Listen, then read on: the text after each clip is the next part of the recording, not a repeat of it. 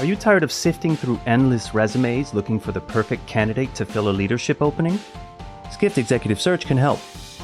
We have an insider view of the travel industry and can leverage both our expertise and connections to find your next rockstar hire. To learn more, visit skift.com/exec-search or email us at execsearch@skift.com.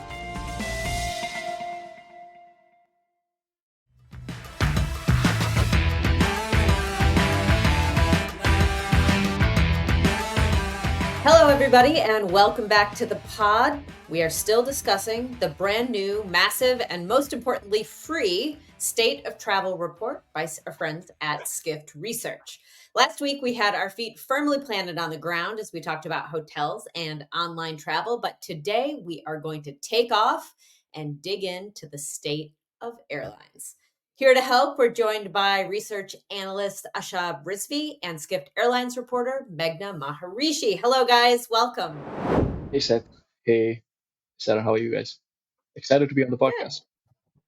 Excellent. Fantastic. So, quick reminder before we get started to send any questions or comments that you might have to podcasts@skift.com. And please don't forget to follow or subscribe to this podcast wherever you're listening or watching. And if you like it, if you're enjoying it, please rate us 5 stars and leave us a positive review so we can spread the word about the Skift Travel Podcast. All right. So we're going to dig in. Oh, you know what? I forgot to say hi to Seth. Hi, Seth. Hey, Sarah. Great to see you. How are you? I'm good. I'm good. Yeah. Yeah? You hanging in there? It's been a busy week. The end stretch of the summer? This is it. Peak summer. Global Forum is coming up. I mean, that's a little bit of Yep. an ad, but also a very real amount of prep that we need to start working on. So it's that and the final last licks of summer. Last licks of summer. All right. So this is your report, Seth. This massive, wonderful free report that Skift Research did. We're going to talk all about airlines. Why don't you start us off? Give us a little bit of level setting, the 35,000 foot view of the state of the airline industry according to Skift Research. Yeah, absolutely. Well, the view from the cruising altitude of the cabin for sure is that things are pretty good in the industry. Airlines were one of the hardest hit sectors. I mean, it was actually it's just because it feels so long ago, it's hard to remember, but it was actually many years ago. People were petrified of airplane. I know. And so even as travel started to reopen, airlines really lagged. We saw short-term rentals lead, we saw hotels lead, and we saw the platforms that sell hotels and short-term rentals recover much faster than we saw airlines recover. One of the big themes we've been talking about in the State of Travel 2024 is that this year, and especially going into next year, is one of the first years where there's, again, pardon the aviation puns, headwinds or tailwinds, right? Like we had a really big COVID headwind, then we had a really big revenge travel tailwind. This is one of the first years where things are kind of, they're not necessarily back to normal, but they're certainly not really defined by the pre or post pandemic era anymore. And airlines have been recovering fairly well. There's a lot of nuances though to that statement. There's a big asterisk in that statement. What I wanted to do to maybe kick off this conversation is just start again at that high level. And I'm going to start with this question for both Ashab and Meghna, both of you. I mean, Ashab, you're airline analyst. You did this section of the State of Travel about airlines. Meghna, you cover airlines for us excellently on Skift News. Ashab, what is the broad state of the airline industry today, in your opinion? Sure, Seth. So let me quickly jump into just the global recovery as it has happened in 2024. So the airline sector has recovered as of December 2023 fully, and compared to other travel sectors which ended up recovering on an average slightly earlier than the airline sector. But I think airlines have shown remarkable recovery, resilience, and just ability to innovate in this new way of doing things. So let's talk about recovery in terms of revenues. So in 2023, the airline industry is forecasted to go about 750 US dollars, which is 22% higher than where it used to be. The industry revenues used to be. And again, these are forecasted numbers coming directly from IATA, which is our industry, the airline industry body, which is the International Air Transport Association. It represents over 300 plus airlines. And in 2023, revenues from 2022 grew by roughly 15%, and it's about 22% higher than where it used to be. In terms of revenues, clearly, the industry has grown. In terms of profitability as well, which was an area again the airline sector was in fact struggling a lot. At an industry level, operating profits are going to be around $60 billion, which again is an industry record. It's going to be an industry record in 2024, and that is essentially going to account for roughly 6% of the total revenues, which is basically where industry used to normalize in pandemic. 5 to 6% was what the industry made at a global level. So in both in terms terms of of profit margin. revenues, yeah, yeah. So both in terms of revenues as well as profitability, the industry looks like it's doing very well. And Meghna, what are you seeing when you go out there and talk to people, like both all the executives, actual humans that travel, customers? Like what's the feeling you get out there in the wild? I think it depends on which airline executive you ask. Yeah. Something like a Delta or United, it's so optimistic. They're doing so well. They're pretty bullish on the fact that first class and international travel is going to continue to boom. But then if you talk to maybe like a Southwest or even a Spirit, it's not as rosy. Yeah. It's kind of interesting to see how coming out of the pandemic, it's basically like there are two carriers that have just done remarkably well and have kind of been at the top of their game. And then everyone else is kind of struggling, at least in the US market, just for a host of different issues. So I'd say it really depends on who you're talking to. the two that you mean are Delta and United. Yes. Well, that's actually what I wanted to dig into. That was going to be my next question. And then for both of you, maybe Meghna, you start, and then I'll throw it to Ashab. But like, yeah, I mean, Ashab just gave us the numbers: 6% margins, revenue recovery. It seems like things are going well, and in the aggregate, it seems like things are going well. But I think to your exact point, there's when you lift up the hood, quite a lot of dispersion and disparity between these different airline players. I mean, what's causing? Why is Delta doing so Yeah, well? why? Yeah, why is Delta doing Why is so this well? happening? I mean, minus like the CrowdStrike outage that it dealt with and everything following Right. it. I think it's just the fact that people have been wanting to travel premium and international. Like that's been carrying it for the most part. I think the same goes for United. They both have a really strong like first class product. They're both also getting to enjoy the resurgence in business travel. And they both also have a pretty strong international network as well, and those trends have just managed to like sustain themselves for the past 2 or 3 years, and so that's mostly why they've been doing well. I think the other thing that's worth noting is that they've also been trying to court more budget travelers with expanding basic economy and also expanding capacity in destinations that are popular for budget travelers like Florida and the Caribbean, and they've been able to compete really well against like the Spirits and the Frontiers, and they're kind of causing them to sort of now revise their schedules. Yeah, I was going to say, is it that there just are that many people that really want to pay, $4,000 for a plane ticket and fly business class, to somewhere that might cost $700 in economy? Or is it that they are actually taking away the budget traveler from the Spirits and the Frontiers and the Southwests, and maybe even throw American Airlines into there occasionally? Well, what do you think, Ashab? I mean, you've done a lot of thought on this. What is your take on that? First of all, 100% agree with what Meghna just said about these, both about Delta and United. And just to add a bit more context here, when we say Delta, United, American, these are traditional mainline carriers.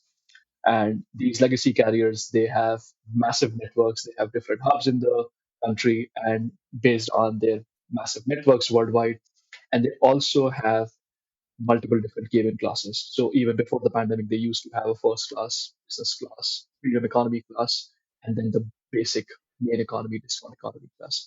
But what has happened in the industry right now, and again, I'll come back to you as well, Sarah. You touched a very important point as well. I'll come back to you. But what has happened is the growth of premium cabin revenues has basically swept all the airlines, has impacted everybody across the aisle. So I'll give you some numbers here. Delta's premium cabin revenues have touched in 2023 have touched about $19 billion, and compared to 2019, which was just about $14.9 billion, so a growth of 30% between 2019 to 2023. The main cabin revenues have grown by just 11%. So there has been growth in economy products as well and overall economy revenues, but their premium products and their premium revenues have grown by more than double. So a 30% growth in premium and about 11%. And a very, very important phenomenon that's happening in the US is it's not just the corporate business traveler that is taking the premium cadence right now. What's happening, and very recently, OAG did a survey in the US, and they interviewed about 2,000 travelers, and they found out that Gen Z and millennials, who are traditionally known as, conventional wisdom says that they would opt for the cheapest product available because of their lower income averages. They said that about 29%, 29 to 30% on average said that they are willing to pay $100 more for the right airline product, and that's massive. So it isn't Yeah. just the traditional corporate and business class people who are now taking more business class flights, because we know corporate travel hasn't recovered 100%. It's actually people who used to travel in economy who are now upgrading to premium economy or now upgrading to business class. So, and that's been a phenomena that has helped carriers like Delta United because they had already had exposure to premium cabins. And on the other side of the aisle, because ultra low cost carriers never really had any premium cabins, like you cannot go on a first class ticket on Spirit, right? So they have been struggling.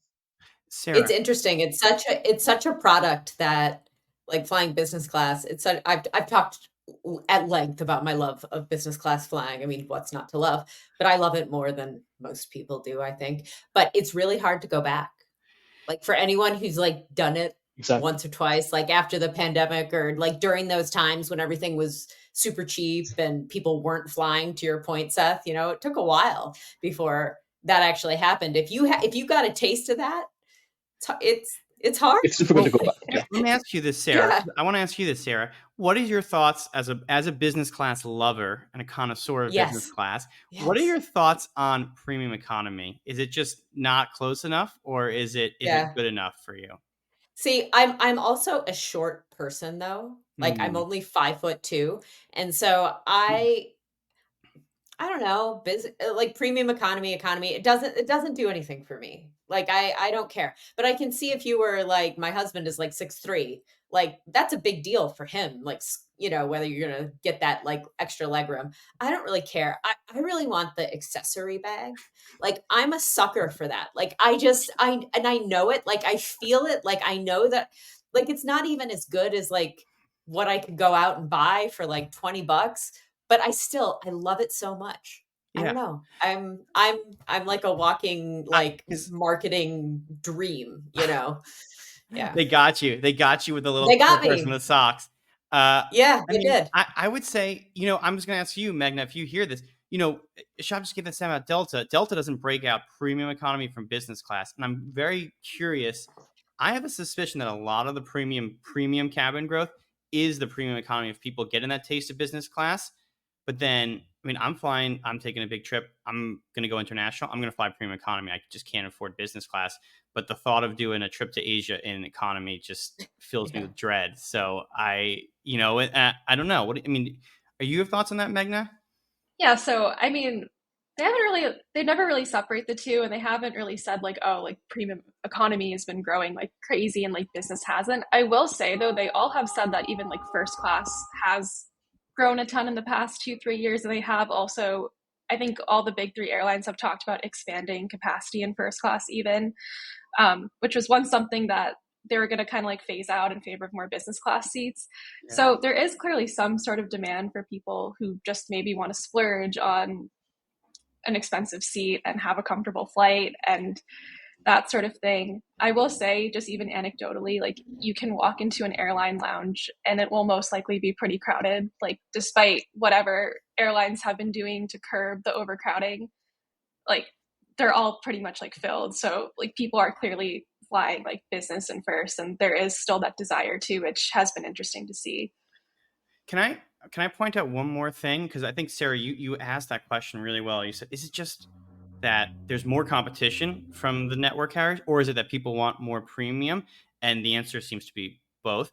There's this third aspect, and Ashab, maybe talk a little bit about this, and Meghna too. Um, the low cost carriers have lost their expense advantage over the network carriers. Isn't that also what's happening? The low cost carriers are often called that not because they sell low cost tickets, but because they run low cost operations. And I think part of the, jump in here, Ashab, jump in here, Meghna, help me out here. But my understanding is that their operations are much more expensive to run these days as well. Sure, I could go first. So very recently, I actually wrote a report on the state of ultra low cost carriers in the US. And one of the key things that I try to highlight in my report is, which is why they were actually struggling right now for profitability, was they just don't have the same level of operational efficiency that they used to have. So it's about okay, aircraft utilization, the number of hours, average number of hours that they were used to flying pre-pandemic. It's much lower right now. Secondly, the cost advantage that they used to have, that we just pointed out, that cost that they used to have was basically the same throughout the last decade. But right after the pandemic, it just blew up. So I guess if I can recall these numbers, Spirit's CASM X fuel, and this is an industry metrics that we use, which is all the expenses per aircraft miles flown except for fuel. So because fuel is something that airlines definitely cannot control the prices, but everything else stocks, everything else is included. And that is maintenance, that is rent, that is labor, that is everything else. That value went from 5 cents to about 7.5 cents between 2019 to 2022. And from 2014 to about 2019, that was somewhere between 5 to 5.5 cents throughout the last, almost all of last decade. And it went from 5 to 7.5 to between 2019 to 2022. So the cost advantage that they used to have that allowed them to offer competitive seats at competitive prices, that was no longer there. And additionally, they were just no longer as operationally efficient that they used to be. And then there was one more thing, Seth, if you remember,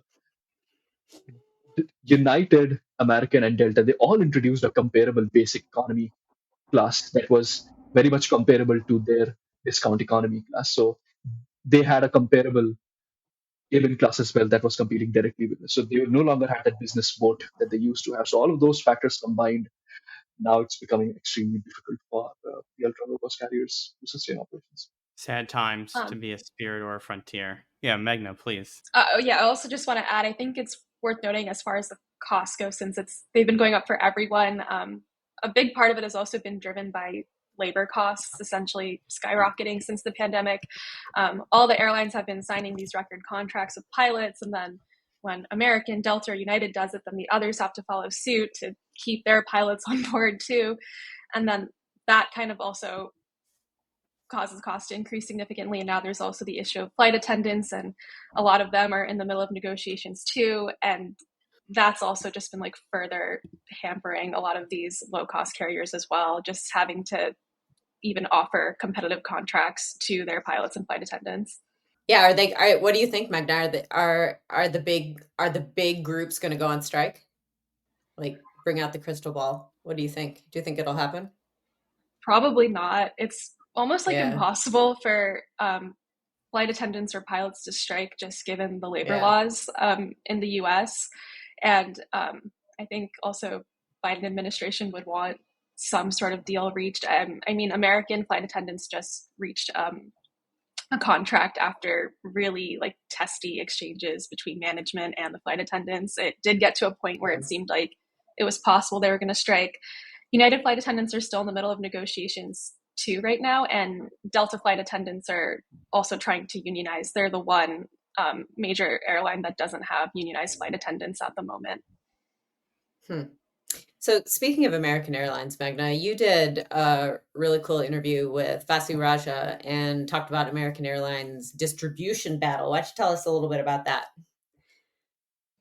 Yeah, that's been interesting. Vasu Raja was one of the people who really championed having American have its own tech platform for bookings, and they kind of expected online travel agencies and corporate booking platforms to adopt that tech and do those direct bookings. That way, when customers would book with them, then they would be able to earn more miles and get more competitive fares. And that strategy fully backfired on American. They've been losing quite a bit in revenue because of it. They also have essentially missed out on the business travel boom because of this strategy. So it's been interesting to see the fallout of that, because now they're really walking it back and they're kind of trying to go back to status quo because it got so much blowback. But it was interesting in interviewing Vasu because he was still pretty bullish on that strategy for booking and kind of saying that it was more efficient and it was something that airlines needed to do to modernize. But it doesn't seem like the industry is anywhere near like that point right now. I think it's fascinating. I was so excited when you got that interview, Meghna. I really enjoyed it because I love these kind of distribution things. And it ties in, by the way, just to connect those dots. It matters for these conversations because Delta's business class or first class product is called Delta One, right? That's business class. And, JetBlue has that Mint or Spirit Airlines has that big front seat. They want to have those brandings for their products that they're trying to sell to position themselves as more premium or to position themselves in this market. And that technology platform that you're talking about was very much designed to help travel agents articulate that better. And there's debate over whether it was effective or not, but I think it's a fascinating time. Look, I mean, let's pause there. There's a lot going on in the U.S. market. The market is healthy. There's changes in distribution, changes in low cost, premium demand, more competition. Lots of exciting stuff happening. But the airline industry is truly a global one. So we've covered the U.S. We're going to hear a quick message from our sponsor. And when we get back, we're going to go global and look at airlines around the world right after this break.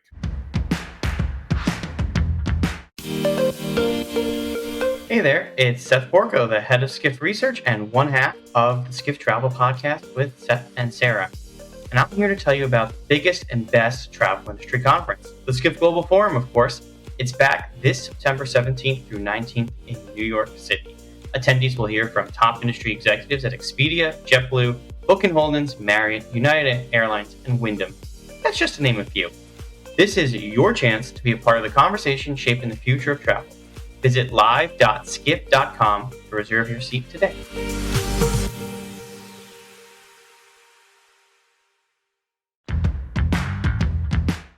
Welcome back, everybody. First, we're going to go to Asia Pacific. Seth promised a discussion of everywhere outside of the United States. And we're going to jump right in with China. So China has really struggled with international growth. We have a rise in all things India airline related. Let's talk about those two places specifically, because they're the ones that have really got the industry's attention for different reasons, right? So what about Air India and Indigo? Like, they've made a lot of news recently. What do you take on their strategies and what's going on there? All right. So India is a fascinating story. And by the way, just so you know, I'm from India, based out of India, and use both Air India as well as Indigo's network. We got some So first party. We can get some real feedback here. This is exactly. your. So the market has. So let me quickly, I guess, before I jump into specifics about Air India, let's just a couple of thoughts about the Indian domestic market. So between 2013 to 2023, the domestic Indian market has doubled, right? So in just a span of 10 years, the domestic market has basically doubled. And Air India, which used to be government-run airline, was being sold to the Tata Group in about 2019, and they recently started this process of this massive transformation process where they have four different airlines. There is Air India, which is the flag carrier of the country. there is Air Asia India, there is Vistara, and the fourth one is Air India Express. So all of these four carriers are being brought under a single brand, which is now being led by one of the biggest conglomerates in India, and they are now going to make sure that Air India is these as good as some of these biggest network carriers globally, right? So the transformation is underway right now, and there are news about everything that's happening in Air India. There are, you know, it's a very difficult thing to bring four different airlines operated in four different ways into one single umbrella under one single leadership. So it's a bit of a challenge right now. But they have a massive aircraft order in place. Some of their newest aircrafts have already entered their fleet. And what people who have started getting on board these aircrafts are talking about is, one, first and foremost, they they now have a renewed and an exceptional onboard service, which was something that Air India was never known for. If you have ever traveled Air India or have heard about Air India, so their newer aircrafts are giving network possibilities into some of the biggest locations in Europe and North America. They're now adding direct flights into Newark as well as JFK with their newest A350s. There are a lot of developments that are happening, both in terms of hard products, and when I say hard products, these are aircrafts, and when I say soft products, this is everything to do with your onboard IFE services, which is in-flight entertainment, Wi-Fi, meals, everything else, right? So there are developments that are happening there. So Air India wants to make sure that they now are the biggest carrier or will be the biggest carrier, at least internationally, for Indians who are traveling abroad to UK, Europe, the US. And we've already seen what's happening with Indigo, which is one of the biggest low cost carriers globally, has one of the biggest and the most exclusive networks in all of India, holds about 45% of all its routes exclusive to itself. So there are many things happening, but those are just some What few points about what surprised me about the India market is that Indigo is in many ways larger than Air India. Is that correct? that. Is correct. Yes, I mean, so that says something about Air India. I mean, maybe not the modern version of Air India, but it says something about how Air India got to where it is today. That a low cost carrier has is surpassed them in many ways, right? absolutely. Air India is the national flag carrier of the country, but it's Indigo which is the biggest airline in the country, and not just domestically said. If we look at international networks, and if we say in international short haul and medium haul, Indigo again is the leader. So, despite Air India having some of the best slots at some of the best airports internationally, it's Indigo that's dominating short and medium haul. But it's the long haul and ultra long haul where Air India essentially is still bigger than Indigo. And that's largely because of its years and years of operations. And, and if going by, I mean, Campbell Wilson, who is the CEO of Air India, that is exactly where they are going to continue to focus on, which is the long haul international and the ultra long haul international space, which is where they're going to continue to focus on. They don't want to compete with Indigo on the short and medium haul. They want one of their subsidiaries, which is Air India Express, to compete on the short and India and medium haul. It's the long haul, which is going to be the focus area. Maybe, I mean, Meghna, maybe this is for you. Tell us a little about China aviation. Is that what it once was, or are we still seeing? I mean, what's the state there? It's interesting with China. So basically, on international routes, they have become so competitive and they are doing pretty well on the international front because they're able to outcompete their American and European rivals with lower fares and slightly shorter flight times. Um, so on that front, they've been doing well, even though in other respects, Chinese economy has been slow to rebound since the pandemic, and spending has generally like slowed down there. But when it comes to routes to New York, California, or anywhere in Europe, they have really managed to outshine the European and American carriers that are now beginning to pull back on their capacity to China. And a lot of European and Australian carriers are even dropping their like routes to China just because they have not been able to compete. And I think it's interesting. You said they have shorter routes. I mean, tell us about how they have shorter routes. I think that's cool. Yes. So they're shorter by around like a couple hours, and that's mostly due to the Russia-Ukraine war. American airlines and European airlines are essentially banned from flying over Russian airspace, but Chinese carriers are not. So they've been able to take advantage of that basically, and that's mostly why they are able to have those shorter flight times, just because the routes to Europe and America require them to fly up north first, which requires them to fly over Russia. Is that something that is publicized, or that is like, do they kind of advertise or market that as a competitive advantage anywhere?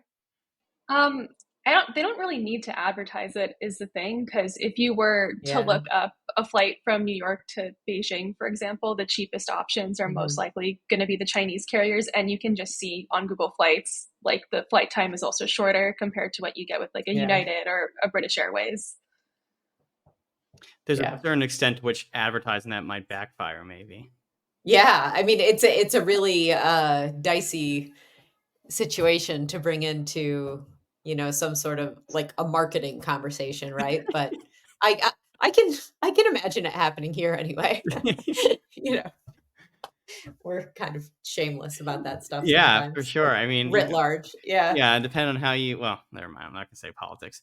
Meghna, I want to just keep us going. Let's keep moving. I think we've got. So I think it's fascinating that the Chinese airlines are seeing a strong recovery. They're competing on price, competing on time, which is such a rare thing to see. India continues to grow. The market has doubled.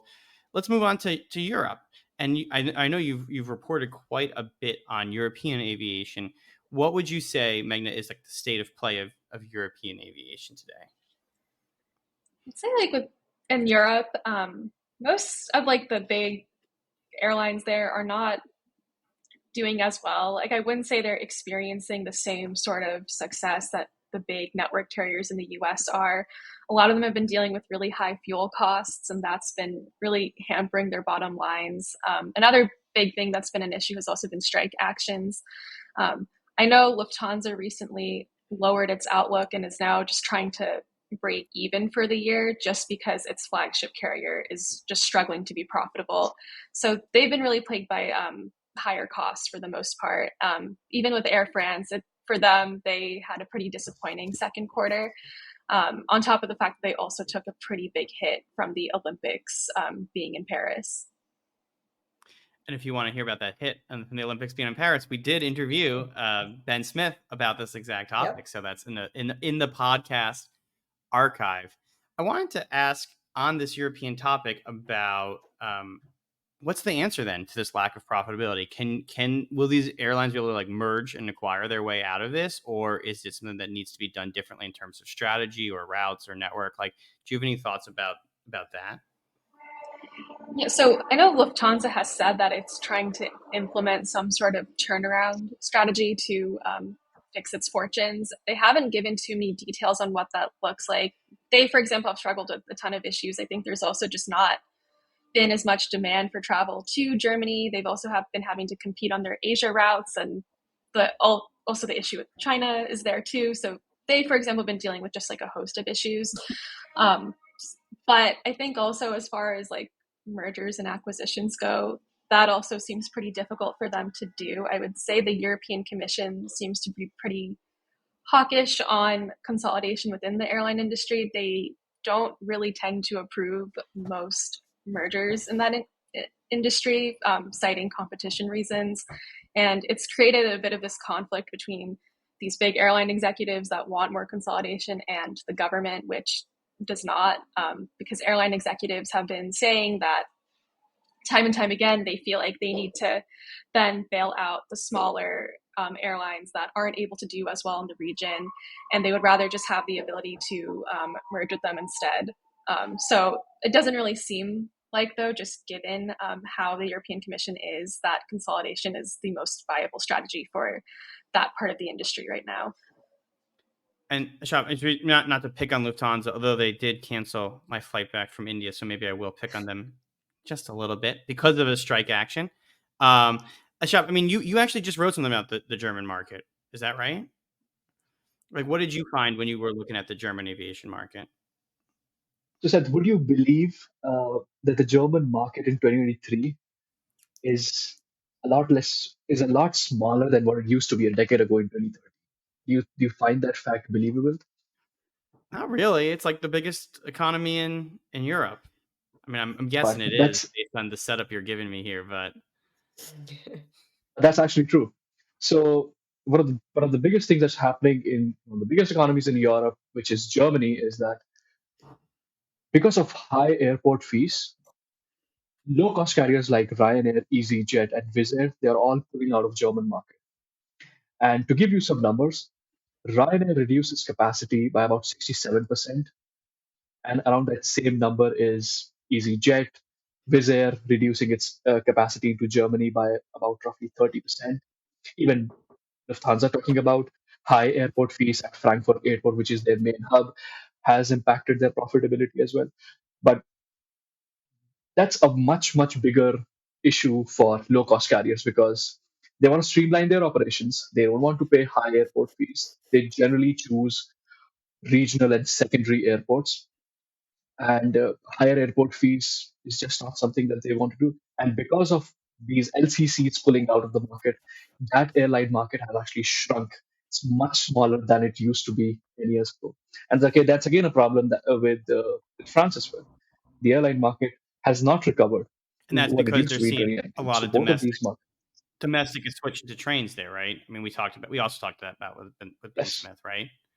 I was just making that one small point that both Spain and the Spanish government and the French government, they want people to take planes instead of the short haul flights. So they have this new rule in place that if you're, I guess, if your flight is under 2.5 hours, you should probably go ahead and take a train instead of taking a flight. So they have all these rules where they want to discourage as many short haul flights as much as possible. So that's also impacting airlines and markets. So let's move now to a place that is decidedly not getting smaller. That would be Saudi Arabia and its aviation market. I mean, we've got Riyadh Air, we've got Flyadil, Saudia. When we went to Dubai last year, I flew Saudia on my trip there. So what does the future look like for the big three? Emirates, Etihad, Qatar, with these Saudi Arabian airlines kind of making a bit of a splash in that region. Meghna, what do you think? Well, Riyadh Air still hasn't launched yet, and it's interesting because I think with the Saudi airlines, I'm not truly sure how competitive they can be when it comes to Emirates and Etihad, for example, mostly because of the restrictions on alcohol. That's been a really Yeah. big thing. And I recently spoke to Riyadh Air CEO Tony Douglas a couple months ago at a luncheon in New York, and he was trying to act like it was not going to be a big issue, but Yeah. it's just like people like to have drinks on their flights. So I'm honestly like truly just like not sure like how competitive they can really be when Emirates is offering alcohol, Etihad is offering alcohol, like all the other Gulf carriers are offering a similar service to that of the Western ones. So that'll be like interesting to see, especially with something like a Riyadh Air, for example. They want to be really big in the West. They want to have a big presence in Europe and America. I do not drink on flights. Yeah, neither do I. I I, lo- don't. I love I my just, ginger ale. it's, yeah, I don't it's either. just, it's too disruptive to the jet lag and everything. Like there's no need to make it worse for me. I wrote a whole story on this. you know, like yeah, so I just don't. So like when I flew Saudia, it didn't they had delicious juices, I will say. Yeah, it's such an This interesting is so point. good. I love the little Yeah. nuances of the airline industry. To be honest with you, though, it would not have occurred to me that alcohol would be a major competitive disadvantage. I would think if I get a Yeah, me good neither. route at a good price, and I would just book it. I don't know. To me, it's Yeah. more the question is as much more about will people want to go to Saudi in the volumes that they have ordered aircraft for, right? I mean, I don't know the number off the top of my head, but isn't it like one of the largest aircraft orders in the world? Riyadh Air, or Yeah, no? they have quite a few from Airbus and Boeing. And again, that's also interesting in that I feel like when Douglas was at this luncheon a couple months ago, I feel like a big part of him being there was supposed to sell Saudi Arabia to all the airline executives in the US and the investment bankers and the lawyers who work in the industry. And it was interesting because the audience still seemed really skeptical about wanting to travel to Saudi Arabia. And I think also, again, they still just do have a lot more restrictions compared to other countries in that region. One of the coolest things about my trip when I flew them is I had a really long layover. So I left the airport. They have an e-visa program that you can just get a visa, and it is interesting. I mean, I know we work in the travel industry, so it's kind of a little bit of an occupational Hazard. bias, I suppose, to going. But it was so great. Like, it was so great to be able to have that experience just for a day and get in a car and go out and look around. And I've never been to Saudi before. I'd love to go back. Um, but yeah, it's another thing for them. Like, my mind is open to traveling there, and it kind of gave me just a little bit of a taste, and I'd like to go back personally. Yeah, I mean, I'm be curious. I mean, Qatar does Yeah, something as well. I think they also do layovers. You can go see the souks yeah. and that sort of stuff. I mean, I just want to throw this to you a little bit, Shab. I mean, I know you've written reports on this space. Also, a big part of Saudi's airline capacity will probably be deployed into the Indian market as well, right? So it's interesting that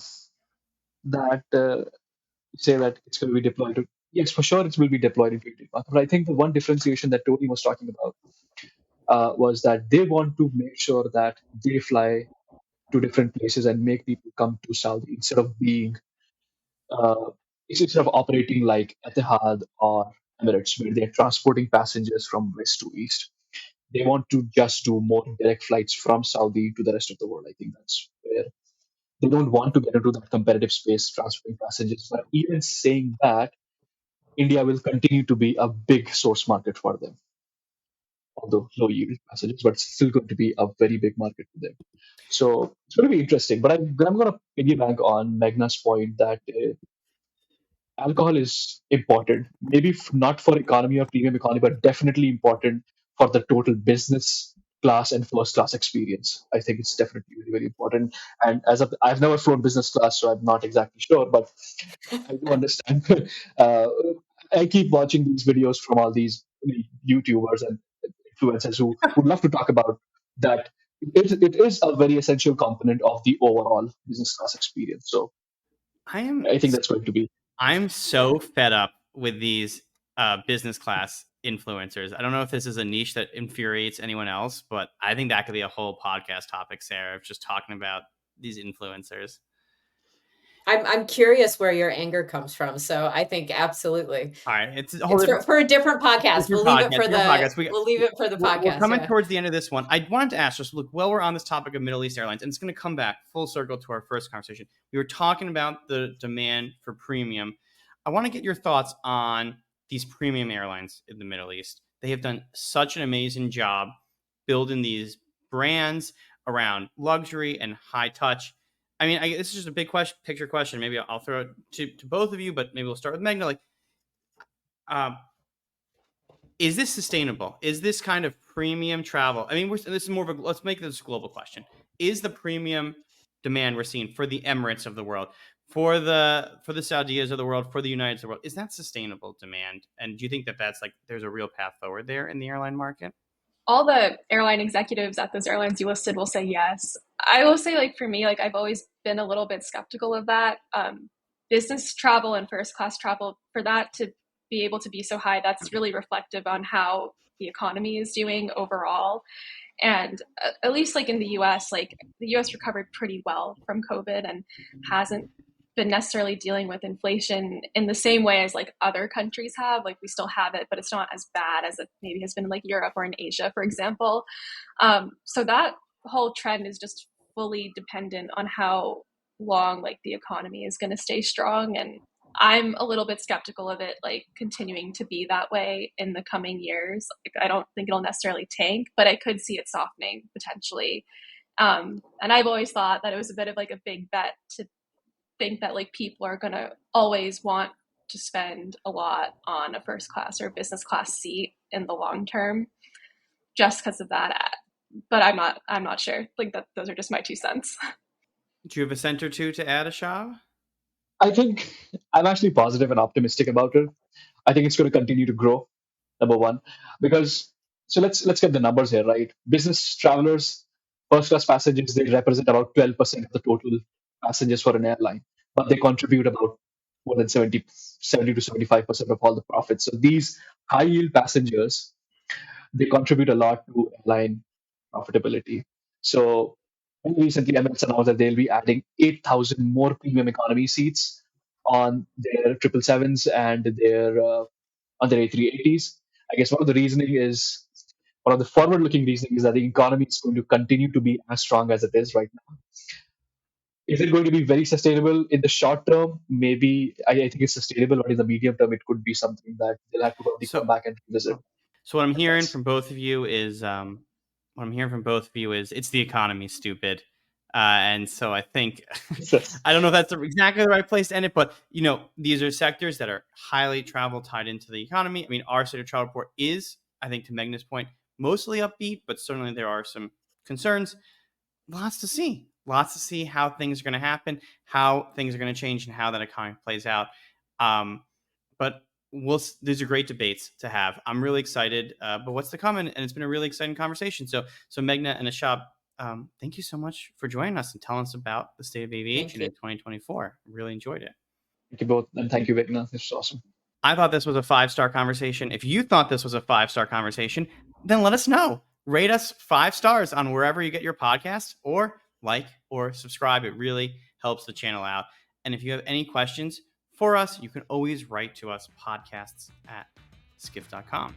All right, let's leave it there. Bye, Seth. See you next time. See you next Bye. week. Thank you for listening to the Skift Travel Podcast. Wherever you're listening, please make sure to subscribe. If you like what you're hearing, rate us 5 stars or leave us a positive review. It really helps get the word out about us, our podcast, and make sure that we can still continue to bring it to you free of charge every week. If you're watching on YouTube, be sure to like and subscribe. And don't forget to hit that notification bell as well. That way you'll know every time we have a new episode.